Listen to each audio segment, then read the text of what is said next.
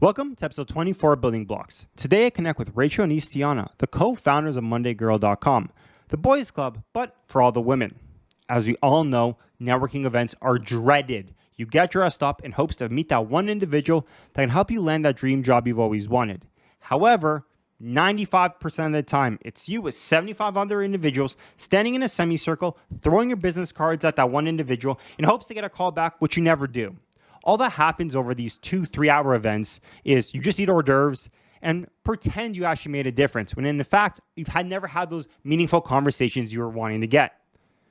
Rachel and Istiana knew there had to be a better way, and over a coffee, they decided to start Monday Girl.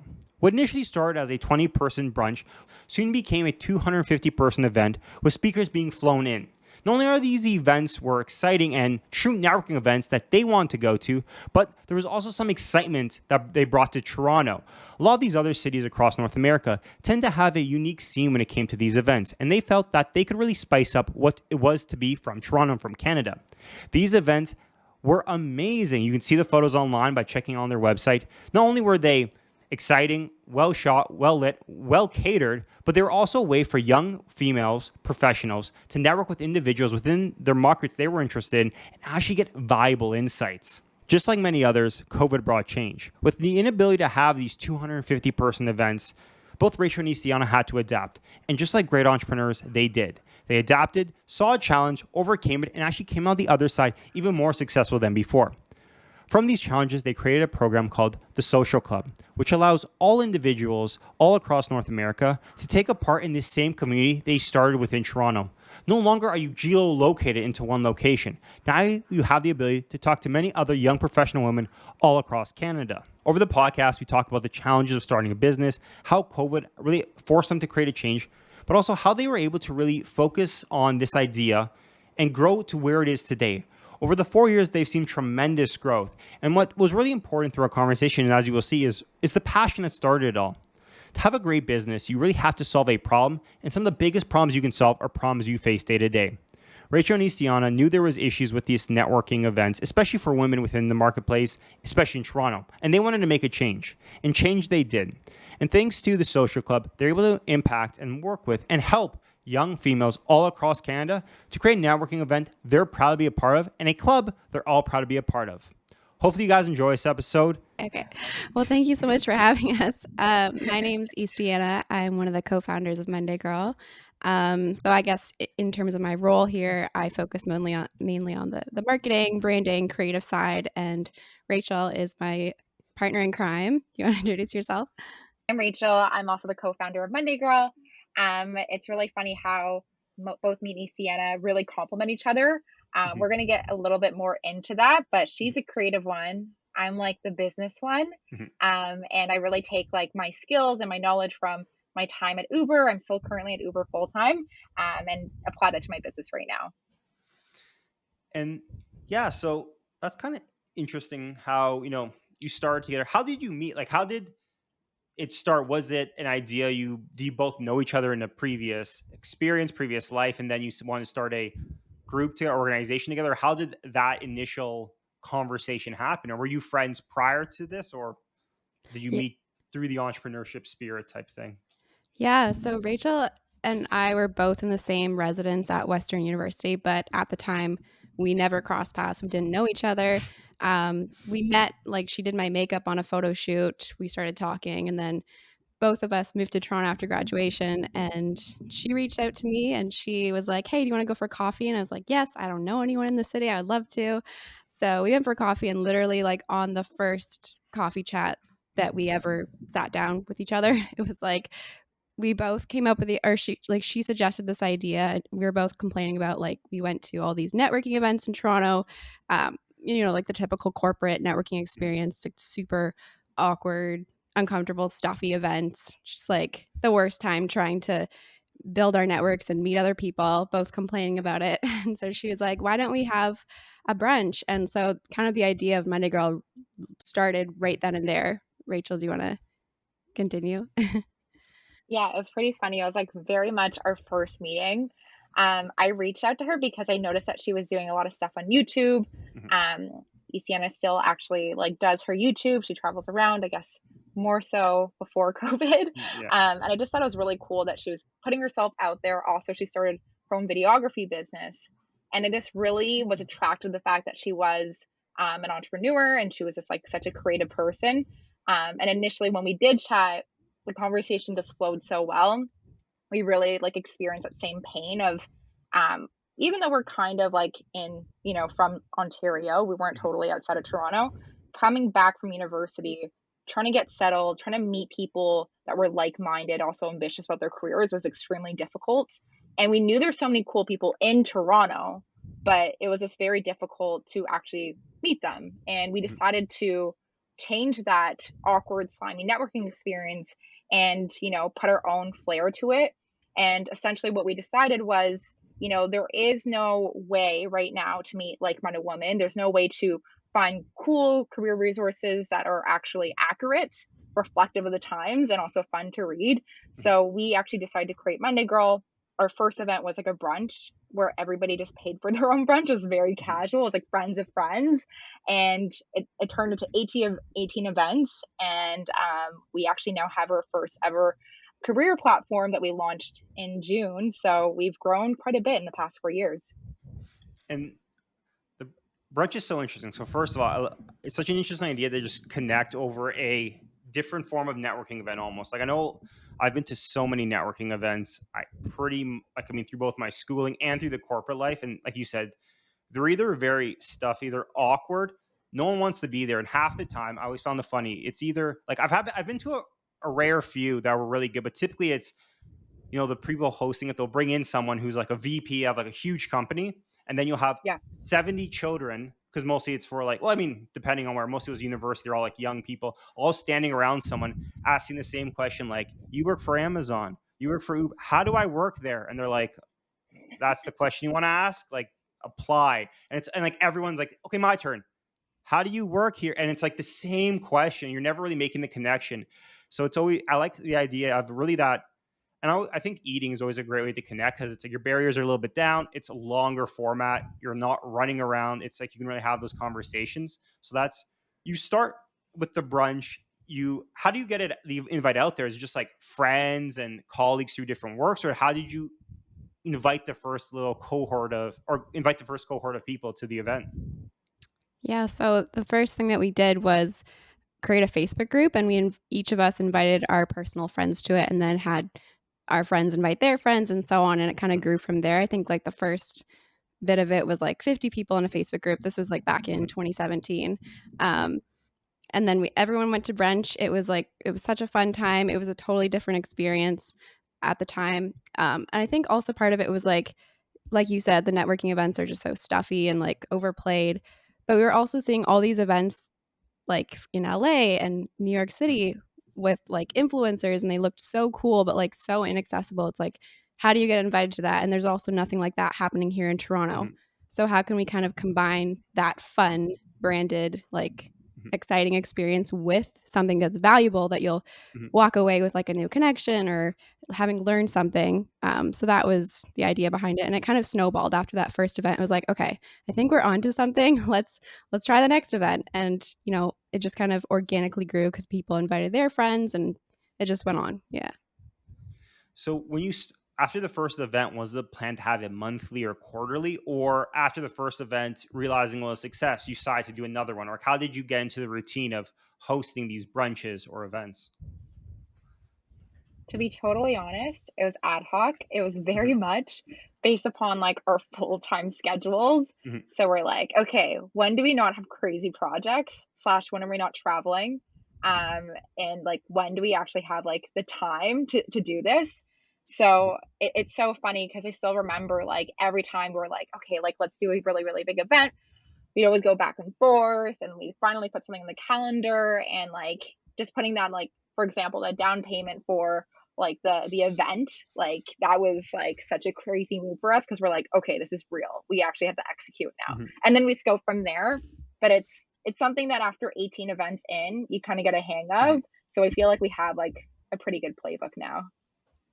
And how soon after the first event did you start like planning more serious ones, or having to put money down or start really investing in it? Was it pretty quickly after? Or was there a few more of these more casual events, friends of friends, or how soon? I guess the question is, how soon did it go from a like a fun networking event to like, okay, we're really now event hosts, or a little bit more serious, where there's a little more thought put into it? Yeah, I think that if I can recall, we had maybe 2 other small events Mhm. after that first initial brunch, like very, very small, casual. I think one was like another meetup, and then one was at like Boxcar Social. It was a Ooh, little bit yeah. more curated and but it was still pretty small. And I think, yeah, the third or fourth event was like, okay, let's do something big. Let's curate it. Let's invite some really big speakers. Let's, order food and have like the whole experience. And it was at the Thompson, which I guess doesn't exist Mhm. anymore. Um, Mm. and it ended up being 250 women in the room. I remember it Wow. being totally packed.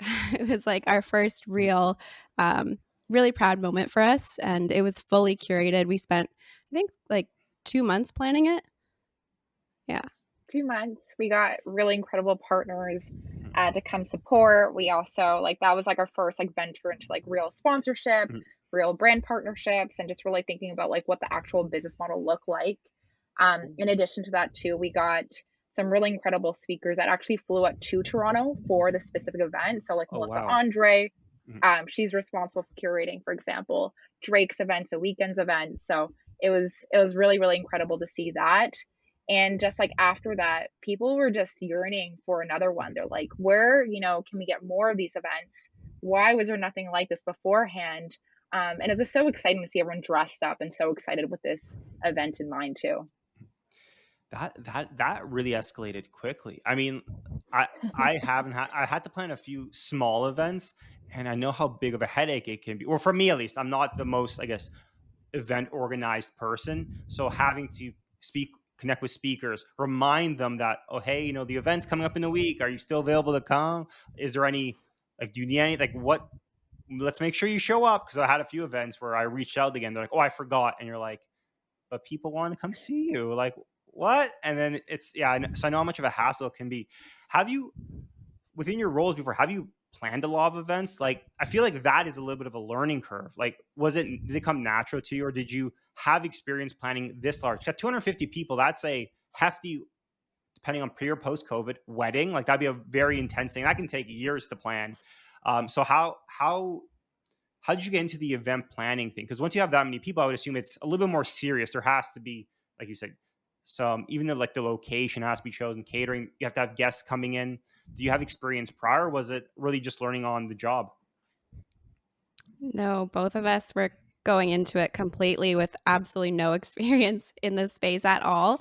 I think what made it work really well is that, well, both of us were extremely, like we wanted this to work, and we're Mhm. both very detail oriented. It was like every single detail that we can think of, we need to take care of. And it was, Mhm. I think one of the main sort of techniques we use whenever we plan events, it's something that the Mhm. CEO of Airbnb uses. It's thinking about how can we make this experience like an 11-star experience.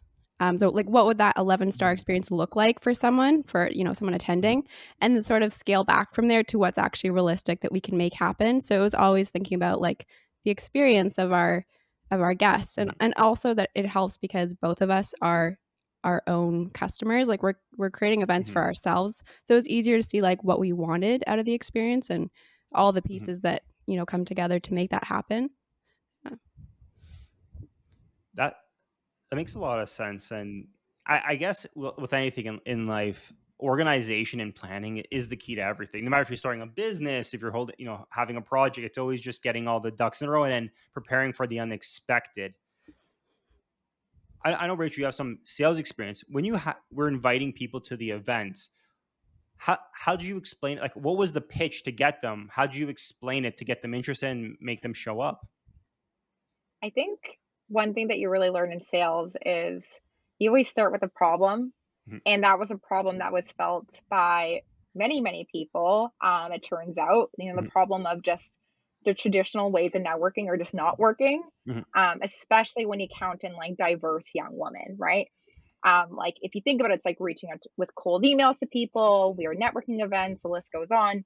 So when we really propositioned these speakers and these guests, Mhm. it's like, hey, this kind of experience has never been done before. Let's do it in a fashion that is very current. And that's something Mhm. that actually we really try to keep in mind is, with social media, with everything that we're really seeing right now, why are networking events not reflective of that, especially when everyone's trying to tell you that networking is so important? Yeah. Um, so those are key messaging. That was something that really resonated with the guests. And then for the speaker side of things, it's just being able to say that, we are the very first, career platform for young women in Canada. That Mhm. Canadian element is something that actually is a huge draw for us. And that's something we're really proud of as well. That That makes a lot of sense. And like you were saying before, with a lot of events being in New York or LA, you always forget, being from Canada, you always forget Toronto's like I think the fifth biggest city in North America. So it's so large though, yet it always feels, maybe it could just be your hometown always feels smaller. But like there's so many people here, there's so much opportunity. It just maybe not as common or not as publicized, like you were saying with a lot of influencers being in Toronto, how much opportunity there is. Where did the name come from, Monday Girl? Because it's pretty, it's unique. I like it, but it's why Monday? And I understand why the girl, but like, why? How'd you come up with the name? Because I feel the name's so important, especially to events and everything. Yeah, I think so. Rachel actually came up with the name on the day that we met at that coffee meeting. I don't know how it came to your brain, but thank you for that. But I think what really resonates about it and like why it was so perfect is because another part of what we do is we're trying to help women, create that life that they're looking forward to. Like Monday gets Mhm, such a bad rap. Everyone hates Monday. It's always like, thank God it's Friday, or mhm, like, can't wait till the weekend. So we're really trying to, frame that messaging and lifestyle where like you can't wait to wake up and start your day on Monday because you love your job. Like that's what everyone wants, really. So that's important to us, and having like a positive outlook outlook on building your career and making it something exciting, accessible, because so mhm. much of like building your career is often, exhausting. Like there's so many things you have to do to make things happen, get ahead. Um, yeah, so that's why. That It's such a great name. I especially like the Monday thing, like you said. A lot of people dread Monday, but the idea of being like excited to go to work or do anything like that, Monday shouldn't be something you should look forward to it to some extent, or at least not dread showing up on the first day of the beginning of the week. So a lot of I see. So the events, like you said, a lot of typical networking, not that exciting. What was your thought process of making your events a little bit easier for individuals to connect at the events? Was there, as silly as it sounds, maybe like were there like, I can't think, like icebreaker. I hate icebreaker games or that word or how it's used or what comes to mind. But how did you facilitate a better conversation between guests? Because I feel a lot of times it can be challenging if you bring people together, just like any event every within school or within life. Once everyone shows up, they're like, now what do we do? How were you able to facilitate a conversation to really get that positivity, or at least those conversations happening a little bit more organically than would normally be seen at a typical boring networking event? Yeah. So it's so funny that you bring up like those icebreaker questions because it's been a while since I've done one, but I remember the last time I did one, it was like that classic marshmallow thing where you had to like poke holes in it and make a house. I Mhm, remember that was like the last thing I did, and it was just like so cheesy and so corporate. So the way that we try to proposition it was at the end of the day, it's very, very hard to get FaceTime with notable people that you want to see mhm, speak, right? Like it's exactly what you said. Everyone's asking the same questions. They're also too scared to ask these questions. And then usually only the most aggressive person gets FaceTime with that mhm, one speaker. mhm, So what we decided to do was we had multiple speakers. We also had multiple mentors. mhm, So because it was seated, so like our last event, Women in Media, there was round mhm, tables. You would be assigned, and we'd kind of do like a speed networking thing where it's like you're assigned to a table based upon your preference that you listed in your mhm, initial RSVP. So, for example, if you're interested in like um, podcasting, then you'd be yeah. seated with someone for podcasting, and then like 15 minutes in, you'd be slotted over to another table. But it was communal, so there was one mentor per table, and there was like 4 or 5 women per table as well. But it allowed for enough conversation. It also allowed for enough FaceTime. And we had these little like cute conversation cards. This is Mhm, something we actually took from our very first event, our brunch event, where it's mhm, like not really sure where to start. Like ask these questions. And as silly as it is, it makes it a lot less awkward, and it makes it like just fun because at least you can like go off of that and have something in front of you if you are nervous for that interaction. Yeah, and in addition to like the conversation prompts and like setting it up so it's easier for, more shyer people or introverted people to get a chance to talk to people. We also had like other things going on such as like photo booths, interactions, like food, lot like wherever you went, there's always something that you can do or talk Mhm. about. So just like every part of the experience feels seamless and just you're never going to be in the corner alone or like Mhm. trying to figure out, okay, who should I talk to next or what can I do? So Mhm. we really were super thoughtful about like how can we make this experience inviting and confident for Mhm. like the very shy people as well. I like the idea, like you said, having the tables broken up, having the ability to do different things. I think that's the main thing. Because I always found that, especially at events, it's like there's difference in how people want to communicate, how people want to interact, but also, as well before, depending on how aggressive you are, a lot of times those individuals can take over just because if you're shy, it's hard. But having the ability to sit down, have that conversation is it sounds so simple, but yeah, it's so hard for a lot of any events in life to really do because I think what's misinterpreted is people are like, oh, you want to do stuff when you get to an event. But a lot of, like you said, a lot of the guests who go there, they want to talk to that person. Like that person to them is a superstar. So having the conversation is the experience for them. And I know how many times I've been able to, luckily, if I went to an event, grab a coffee with someone or sit down, or if it's a dinner event, being able to sit down and just have those chats. Because I think one thing that is a lot of times missed, or at least for me, is that when I talk to someone who I would look up to as inspirational or successful, you always forget that they're a person also. You're like, oh, Yeah. you're also a human. Like you have other interests. It's not like you only have a job. So I found a lot of those experiences being able to talk a little bit more professional, but a little more casually, a lot of times breaks down those barriers. So you can ask those questions you may be embarrassed to ask in front of a group of hundreds of people, especially if it's quite personal, like it's especially if it's related to you, like, hey, I'm having this experience, or this is the industry I'm interested in, this is what I'm doing, what are your opinions? So I like that take on a typically very consistent format that doesn't, like we were saying, doesn't really bring the results that are expected, or at least are marketed. I don't know how many events are said like awesome networking event, X this company, X that company, and then it's 1,000 people, one speaker, and you can never really speak to them. So obviously Monday Girls pretty, like you said, job folks are allowed individuals to really focus on more their corporate career. Is that how it started initially? Was it really corporate focus with your experiences trying to find jobs or work within the corporate world within Toronto, or did it become more and more focused on that as you realize that a lot of individuals or professional women didn't have that opportunity in a typical location or workforce that was really geared towards having a better way to communicate across industries, across departments? Rachel, do you want to take this?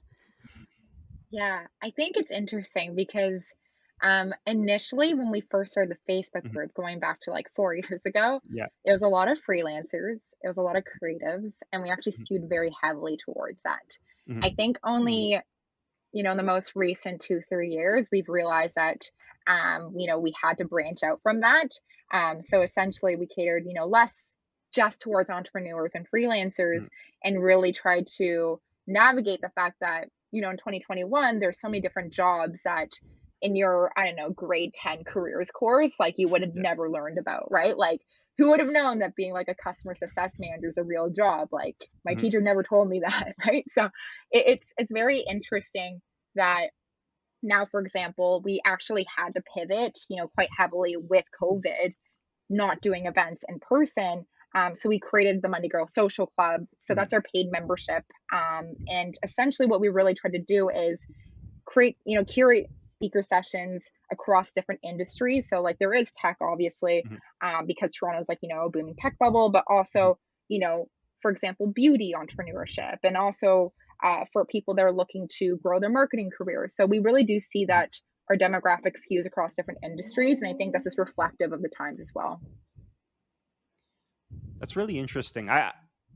How you had to, like, similar to anywhere, you had to pivot, or you had to at least branch out into having focuses. Because I feel like if you're having events, it also depends on who you want to speak. There's so many different career opportunities, and I do feel like a lot of events are either entrepreneurship focused, and for a lot of individuals, if you don't want to be an entrepreneurship, an entrepreneurship or an entrepreneur, it's hard to find an event that's like you said, like I want to become a marketing professional. That is my, those are my dreams. Those are my aspirations. Where can I go to connect to like-minded individuals? And there obviously are some events, but it's very hard to find one that either focuses on what you want to do, or at least getting through your career, having some experiences from other women within the industry that can kind of speak about the ins and outs of it.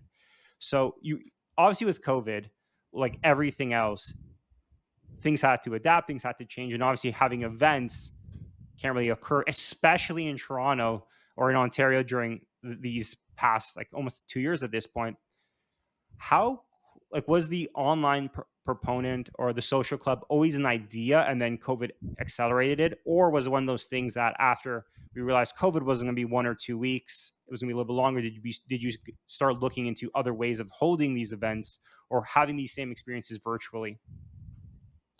Yeah. So when COVID hit in March, I think we took the first few months to be like, okay, Mhm, let's wait it out, see what's happening. We had to cancel one of our biggest events mhm, that week. So yeah, we were like, okay, let's wait it out, let's figure it out.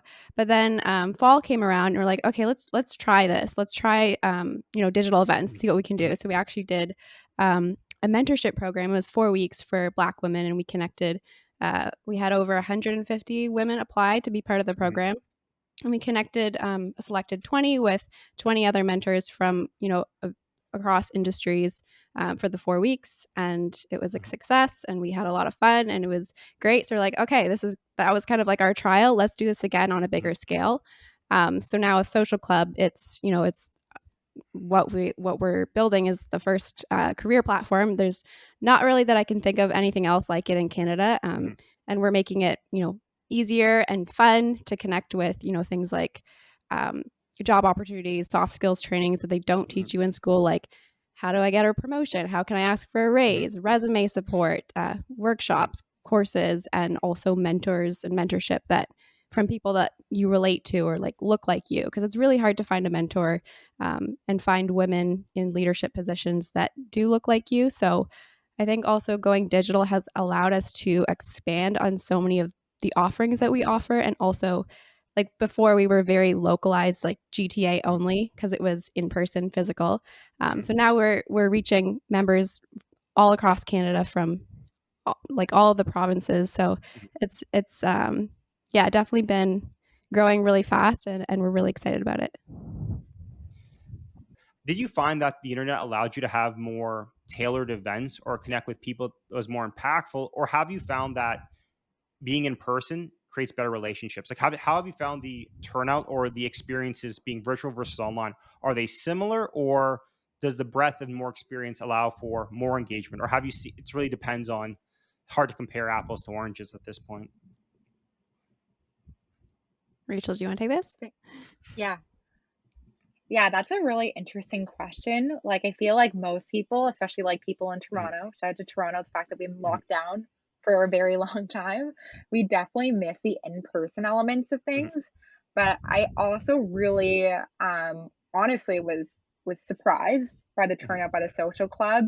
Um, because of the fact that it is digital, we've mhm, been able to connect with more mentors and provide the kind of career resources that we've mhm, always wanted to, and provide in a way that is curated and also trackable in a way. mhm. I guess like that's kind of like where my like business tech Oh startup yeah. side of me is kind of like going like, how do we track whether or not it was actually successful, or how do we know whether or not, for example, a certain member Mhm, found a mentorship session like very valuable, or she got a job mhm, out of it. So now we're getting emails being like, hey, that resume review, and also from their mhm, survey, that was super, super helpful. mhm, And like me being in, for example, Halifax, like I don't get access to a lot of these like things, these kind of events. So I'm really happy that, it is a digital platform. So I mhm, think in that sense, in that regard, like even as I'm mailing out with the welcome packages, mhm, seeing all the different cities, I can totally resonate with the fact that um it could feel so much more isolating if it wasn't digital. And because now they feel like they're part of a community, even though it's digital, they feel mhm. like they belong to something. And I do think, like we were saying, being able to be a part and belong for something, a part of something is so nice. One thing you touched on was also mentorship or having a mentor. And I think that is typically so undervalued within work or anything in life. And a lot of even individuals I've spoken to, when you, even highly successful individuals, a lot of times they'll say, well, I had a mentor, I had someone I looked up to or worked with to help me get to where I am today. Yet, like you were saying, in school or in even a lot of jobs I've had, the idea of having a mentor or having someone to bounce ideas off of never really comes up natively. You have to go out and connect with someone and say, Mhm. hey, I'm interested in your career. Let's have a coffee chat. Like it always seemed awkward to ask, like, can I get your opinions on something? Yet now that I'm still, I guess, relatively junior in my life or junior in my career, but I've had individuals I've helped mentor, help with the resume because it's fun to give back, but it also, I found as an individual, it's interesting to get other people's perspective. Like when you're growing up, I always feel is like, oh yeah, I understand how tech works. I'm hip. I know what's going on. Yet legitimately since undergrad, TikTok came out, and I'm like, I don't really, and it's huge. And it's for the first time in my life, I'm like, I understand what TikTok is, but like, I can't create content for it. Like, I don't understand how it is. And what I think is really funny as we talk about different social media platforms is that like Facebook, the average age is like in their mid 40s. It's like super old. And Instagram is hitting like closer to their 30s. So you're like, oh, the platforms I'm using as I always heard as a child was like, oh, like I stopped watching TV. I'm on Netflix. Like I'm so hip. But then the younger generation is like Netflix is for old people. I'm on YouTube. So it's so funny how like I think mentoring is one of those things where everyone always thinks it's always one way. Like, oh, a person who's more senior, I'm taking everything. But a lot of times it is a two-way relationship because this more senior individual can learn about different industries. But also I think it always feels nice to help someone else out, especially if you had similar experiences. And I think that's what's really unique about Monday Girl is the ability to, for a lot of women within the industry who might have had some challenges getting their roles or trying to navigate a world, especially before everything went online when it was easier to connect with people. It's always nice to, to give back and kind of help out. Have you've had a few events now, it's been 4 years. Has there been anything surprising or has there been any surprising success stories or interesting success stories that come to top of mind over the past 4 years that you're like, oh whoa, like this is a big deal? It's almost was shocked you by any means? I think every time someone like messages us or recognizes us on the street, even sometimes that's happened a couple Oh of times, wow. and they'll say like, I got my internship through you guys, or like I got my job. We've had that Mhm, happen a few times, and it just like every time it still blows us away. It's mhm, like, especially because Rachel and I and our whole team, there's four of us, we're a very small team. We're also like buried head down deep in our day to mhm, day tasks, just trying to like get everything done. So sometimes it's mhm, hard for us to think or like step back and see the bigger picture and the impact mhm, that we're having, or the connections that we've been able to make for people. mhm, Um, yeah, and also it blows us away in the fact that we have 600 people who have joined the waitlist to mhm. join Social Club, and within 8 weeks of launching, we have 150 members right now. So when we launched Oh this, we had wow. absolutely no idea how well this would do. It was like, let's try this, let's see if it sticks. Mhm, And yeah, by the response, we were both like surprised because we're like, wow, I can't believe this is happening, but also not surprised because the problem is very real. And mhm, like almost every woman will tell you how awful networking has been. mhm, We all relate to that experience, and mhm. there's still like hasn't been um, something solving it until us now, I guess. So it's like Yeah. surprising, but not surprising at the same time. Mhm. And how with the paid model, how'd you come up with that? Because like obviously, if it's free, it's very difficult to have anything that's huge open network like a social media network. How did you come up with that idea? Did you get inspiration from a different system and thought, oh hey, this would work very well for us, or how did that come to be? Totally. I can take this even though I definitely have to give credit to Istiana for coming up with everything and coming up with the vision Mhm, of it. I think one thing that was very important to us was making sure that it was a kind of digital experience that we ourselves would have signed up for. So, like, what were the missing pieces and gaps for when we graduated or we wanted to make, mhm, for example, a career pivot? What was missing? And the more that we looked into, we're like, okay, so there's a missing piece when you Google, like, mhm, how do I ask for a promotion? There's 100 things that come up, but mhm, like none of them actually seem like relevant. Plus, it's mhm, like super old school and confusing. So there's that. And then there was like, okay, like who's going to look at my resume? Is it going to be like my mom or my boss? But like, it's my boss. I'm trying to look for a new job. So it's awkward, Yeah. right? So there's all these things. And we want to make it this like very curated, very Mhm. aspirational kind of model, but also tying it to something that we've always thought about. And I think that's something a lot of founders think about is like the Mhm. subscription model. Mhm. So tying to that, also making sure that it was something that was at an accessible price point too. So like we wanted to make sure that it wasn't something that was potentially going to be a barrier.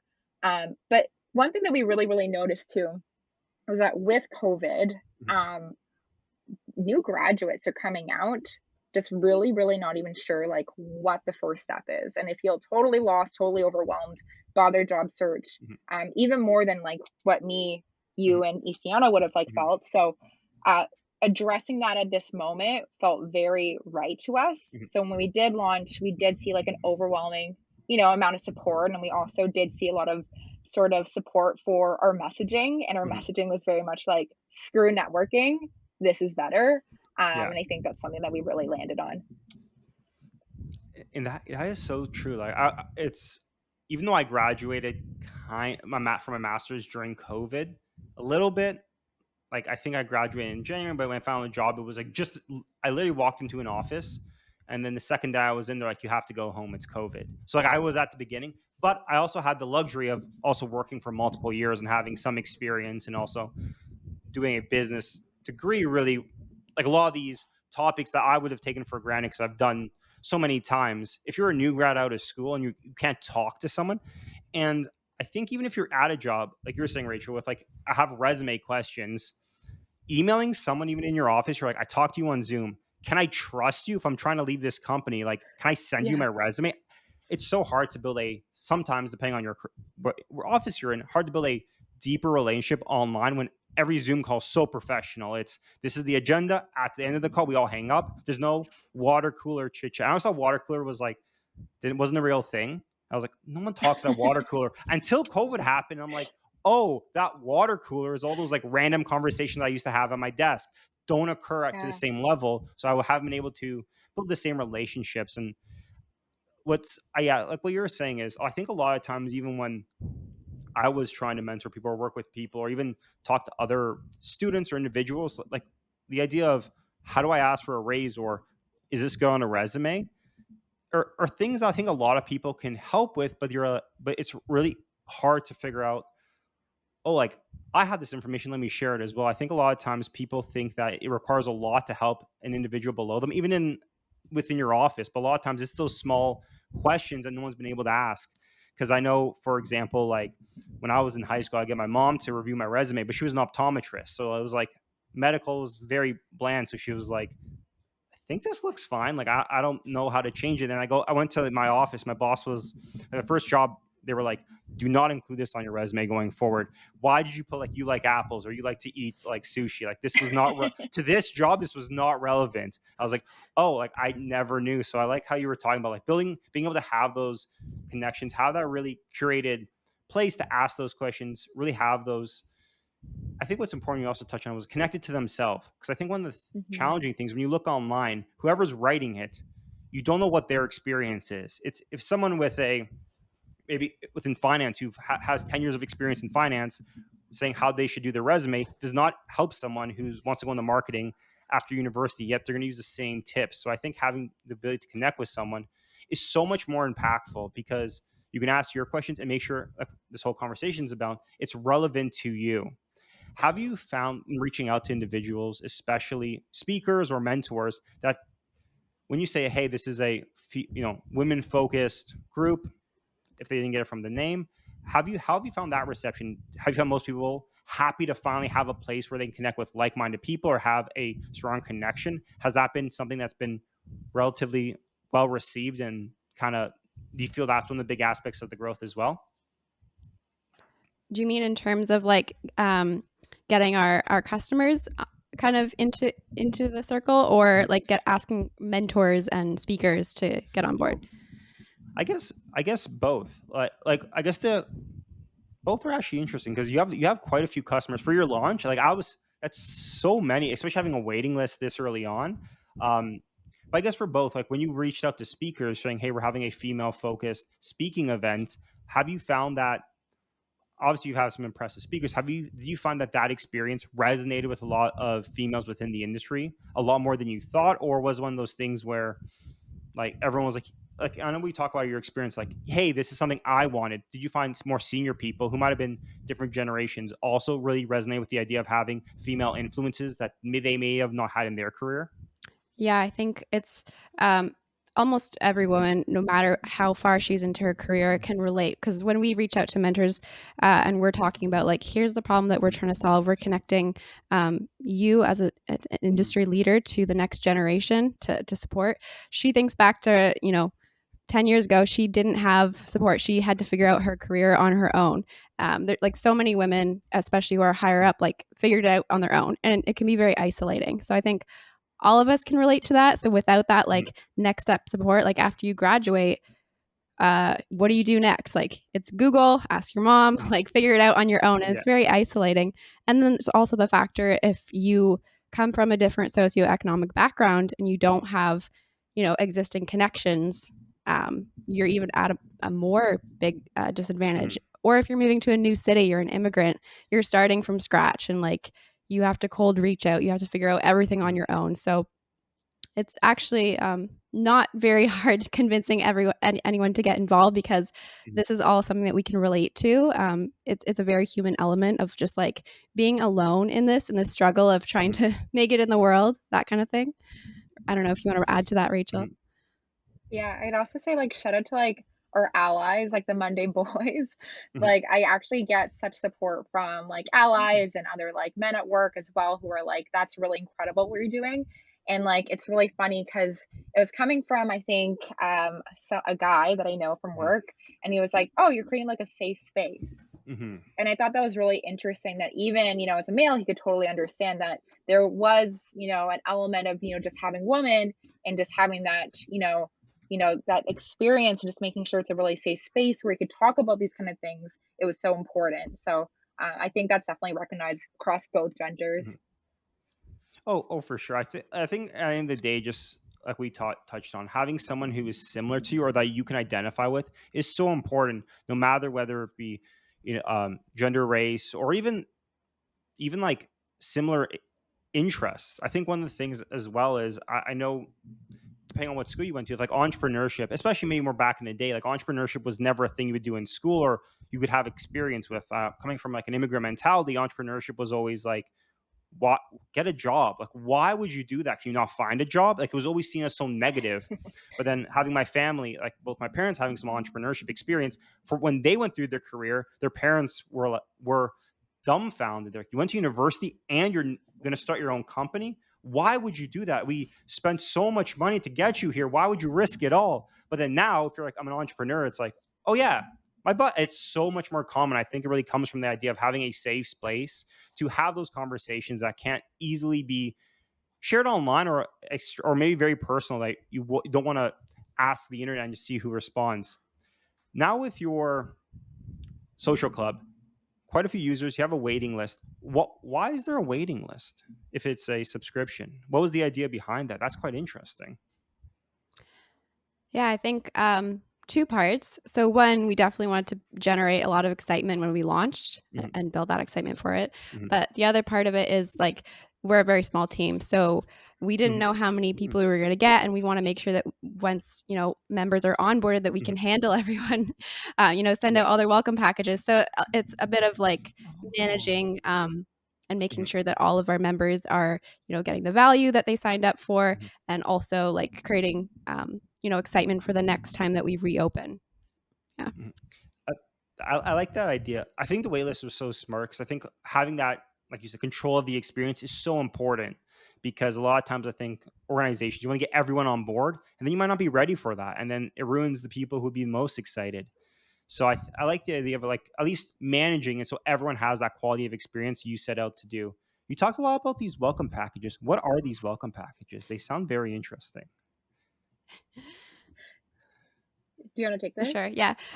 So it's really exciting when you get things in the mail and you always see like influencers, you always see influencers on their stories, unboxing, PR packages and like fun goodies. So we it was important to us to combine not only like the value stuff and like, building your career, all the advice, all the learnings and things like that, but also just like the fun branded curated experience that makes you excited to be a part of this, because that's what women love. They love the aesthetic. So we're combining the two ideas together. So the welcome packages, it's like a really pretty envelope. You get a high quality recycled leather keychain that says social club on it.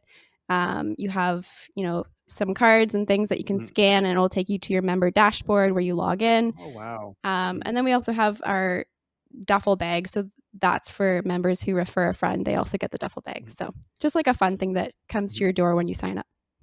That is so important. I think, especially now, like getting mail is the most exciting thing in the world. Yeah. And I talked to obviously a few individuals, even within the consumer packaged good world or within many different businesses, like the ability to control the branding experience is so important.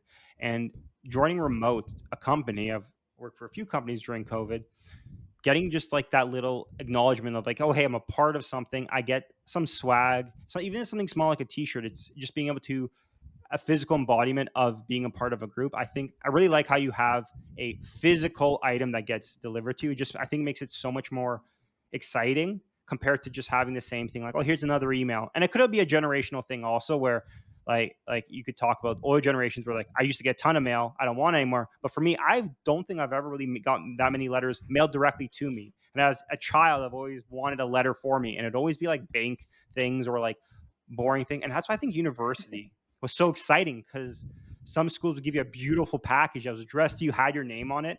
And I think it's so important to really be able to feel like an individual, but still feel a part of a club. So I like what you've included. It's very unique. And that's why I was so excited to be like, what is this welcome package? It sounds so unique and exciting.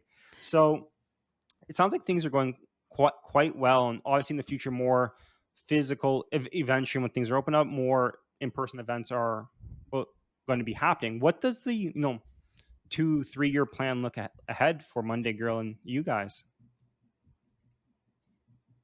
It's very interesting because we only launched a social club like a couple of months ago, and already we've seen such support for it and such attention. So I think the next step for us is knowing that we've actually landed on something that is sustainable, reoccurring revenue model.